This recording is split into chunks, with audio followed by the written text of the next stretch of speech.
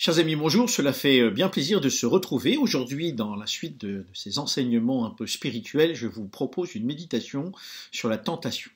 Ne nous soumets pas à la tentation, ne nous laisse pas entrer en tentation, ne nous laisse pas succomber à la tentation. Qu'est-ce que cela veut dire? À quel moment nous devenons pécheurs? À quel moment nous portons la responsabilité du péché? Devenons-nous complices de celui-ci? C'est une question à laquelle il n'est pas toujours facile de trouver une réponse.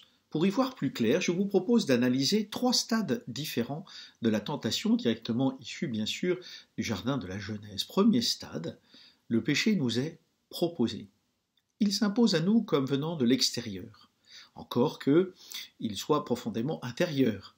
Soit qu'il nous soit proposé par le dérèglement de nos désirs, soit par nos habitudes de péché, que nous appelons des vices, tout simplement, ou par une suggestion directe, et là, pour le coup, totalement extérieure, mais beaucoup plus rare, venant du malin.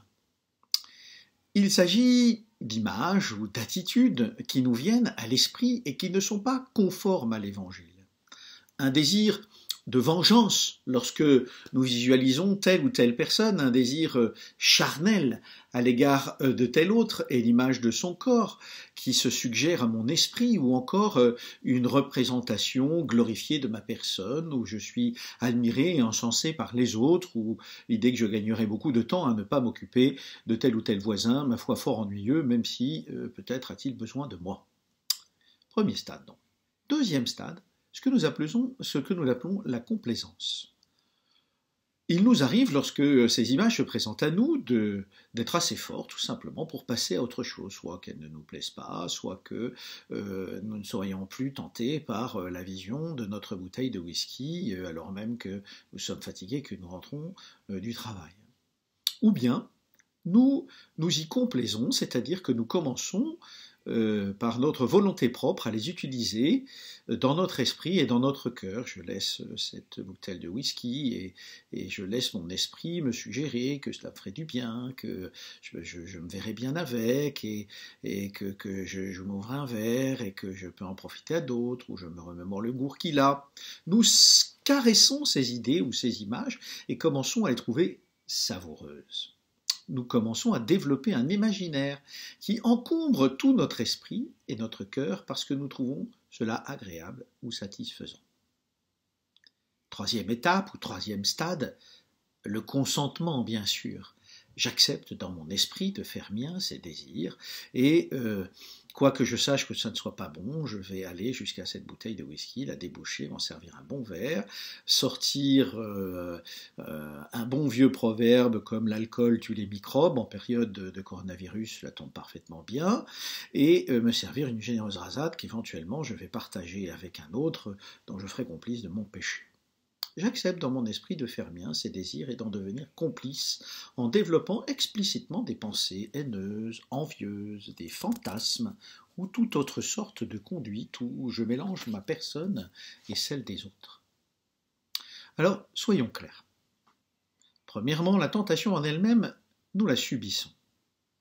Personne n'y a engagé sa liberté, donc elle n'implique aucunement une responsabilité directe puisqu'elle s'impose à nous. Et elle est de l'ordre du combat spirituel. Nous n'y avons pas de responsabilité, il n'y a pas péché. Rappelons-nous, saint François d'Assise, qui, assailli par les tentations de la chair, va se rouler tout nu dans la neige jusqu'à ce que celle-ci disparaisse. Moyen un peu extrême, comme parfois choisissent les plus grands saints. On dit aussi que le sport peut contribuer à faire disparaître beaucoup de tentations charnelles, qu'il contribue au combat contre le tabac, l'alcool, etc. Ou beaucoup de personnes qui, pour lutter contre leur orgueil, s'humilient publiquement, ou d'autres encore consacrant du temps à reconnaître leurs travers et à en demander pardon, alors que personne, finalement, ne les y avait invités ou incités. Tant que ces tentations plaisent à nos sens, mais déplaisent à notre cœur, nous pouvons mener un combat qui même si je succombe parfois, nous permet de nous relever avec force dans la miséricorde de Dieu. Il faut garder cette droiture de cœur qui m'aide à ne pas aimer ce à quoi ma faiblesse charnelle peut parfois consentir. Il faut être courageux et donc développer cette vertu ce don de l'Esprit Saint que l'on appelle la force. L'un de nos premiers combats est donc toujours de refuser dans nos cœurs d'appeler le bien mal et le mal bien. Deuxièmement, en ce qui concerne la complaisance, ou ce que l'on appelle encore la délectation, le second degré, par conséquent, de la tentation, il n'en va pas de même. Il y a comme deux parties opposées en nous. C'est ce que dit saint Paul lorsqu'il dit que la chair convoite contre l'esprit. Il y a comme deux parties en notre âme, l'inférieure et la supérieure, dit saint François de Sales. Et le moins que l'on puisse dire, c'est que l'inférieure ne suit pas toujours la supérieure et en reste parfois bien séparée. Ainsi, arrive-t-il que l'inférieur se complaise dans la tentation contre la volonté de la supérieure. Je suis alors écartelé. Mon esprit et ma chair sont à l'opposé. Même si nous succombons d'une manière ou d'une autre, nous sommes invités à nous réfugier au cœur de cette partie haute qui subit sa partie basse et finit par mépriser ou détester son comportement. Je ne fais pas toujours le bien que je voudrais faire et je fais parfois le mal que je ne voudrais pas faire, affirme saint Paul. Il n'y a pas un réel péché grave lorsque l'homme extérieur consentant, cela puisse déplaire profondément à l'homme intérieur.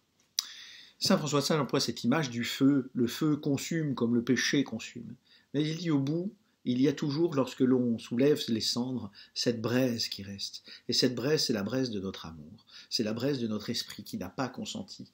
Nous sommes réfugiés au plus intime et au plus profond de nous-mêmes, même si, à l'extérieur, nous avons succombé, à l'intérieur, nous sommes restés dans l'amour de Dieu qui subit.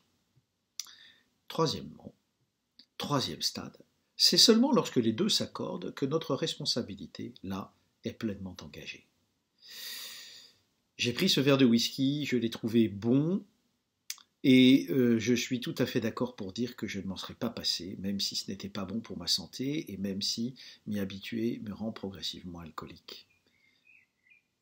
Lorsque la partie inférieure obéit à la supérieure, dans la recherche de volupté, de vengeance ou de vaine gloire, alors nous voici, pleinement, avoir succombé à la tentation, être devenu pécheur, mais attention, un pécheur, un chrétien est toujours un pauvre pécheur pardonné, voire même un pauvre petit pécheur pardonné.